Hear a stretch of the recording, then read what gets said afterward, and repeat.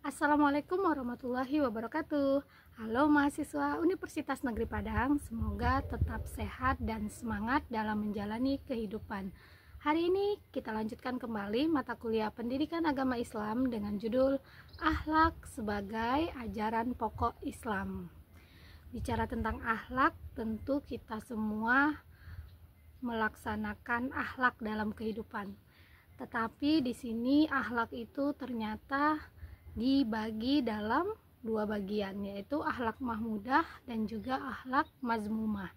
Akhlak mahmudah adalah segala perbuatan baik, sedangkan akhlak mazmumah adalah segala perbuatan yang tidak baik. Namun menurut Al-Ghazali, akhlak itu adalah segala tindakan yang timbul dari dalam diri kita secara otomatis.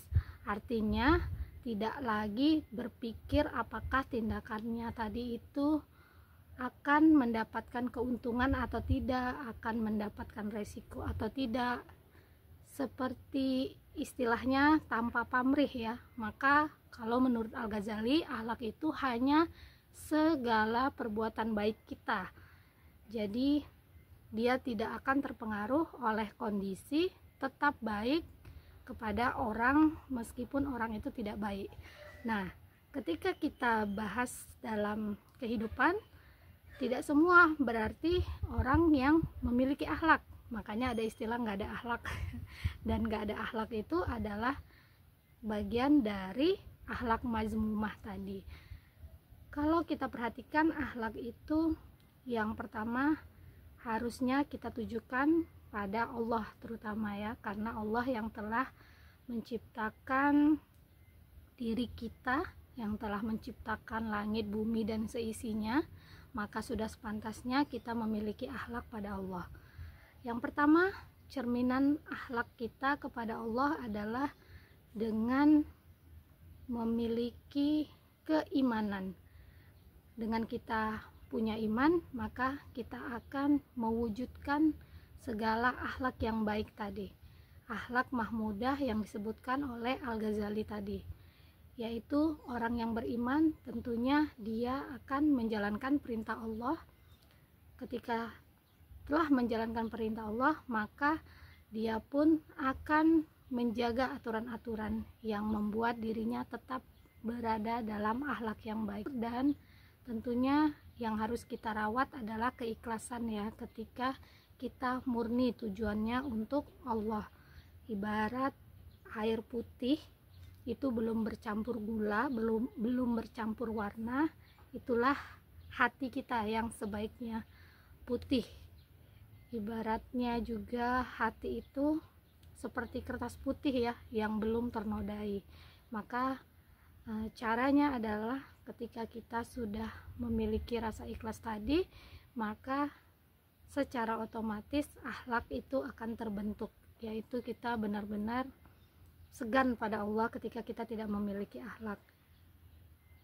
Ketika menjalankan iman kepada Allah, nah itulah bagian dari perintah untuk memiliki akhlak pada Allah.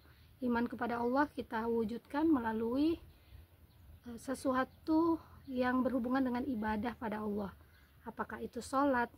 Sholat adalah rukun Islam yang kedua ya. Maka itu ketika kita memiliki akhlak, maka kita akan persiapkan sholat kita sebaik-baiknya.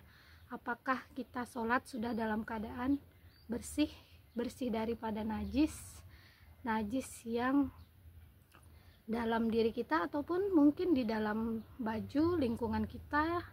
Dan kemudian kita juga harus memiliki akhlak ya, selain pada Allah, pada kekasih Allah, yaitu Nabi Muhammad. Apakah kita sudah memiliki akhlak kepada Nabi Muhammad? Yaitu Nabi Muhammad itu adalah sosok kekasih Allah yang harus kita sayangi ya. Kita harus memberikan sholawat pada. Berikutnya adalah guru ya. Guru itu adalah penerus Nabi, maka itu kita harus menghormati, menyayangi, memiliki akhlak yang baik pada seorang guru.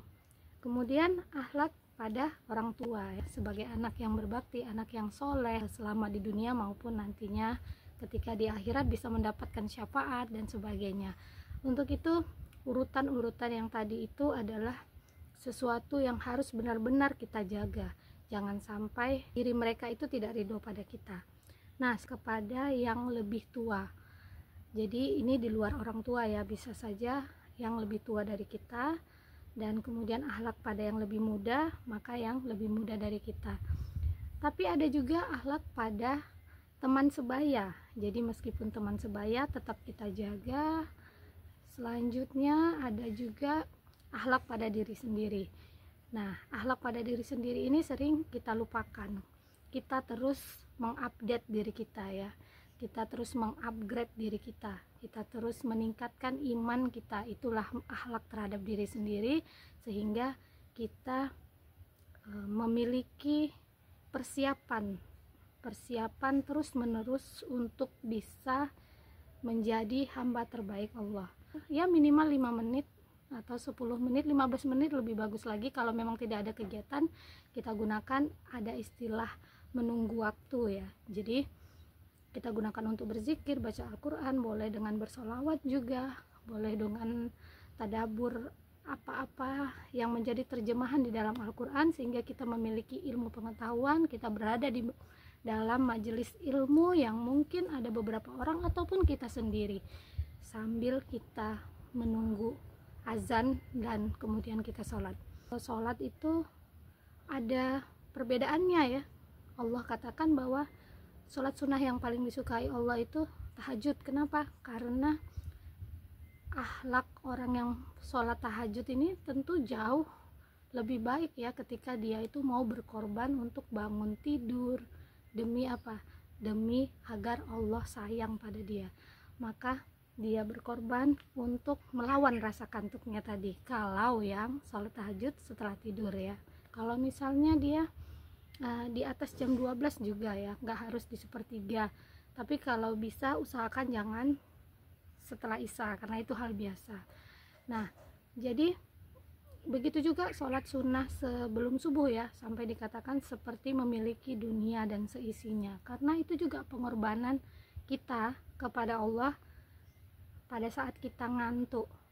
Dan ketika sholat subuh juga ditekankan bahwa sholat itu lebih baik daripada tidur. Nah, itu adalah pengorbanan kita dalam bentuk akhlak tadi ya. Jadi perjanjian kita pada manusia itu biasa. Bagaimana ketika perjanjian kita pada Allah?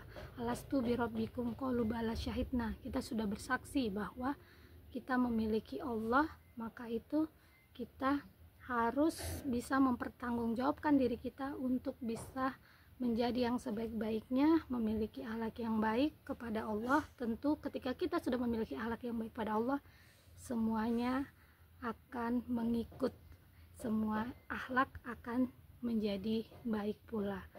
Hubungan baik pada Allah, hubungan baik pada manusia, hubungan baik pada makhluk hidup. Nah, itu urutannya, dan mudah-mudahan dengan memiliki akhlak pada ketiganya kita bisa menjadi hamba Allah yang sebaik-baiknya. Demikian materi pada hari ini, semoga bermanfaat. Assalamualaikum warahmatullahi wabarakatuh.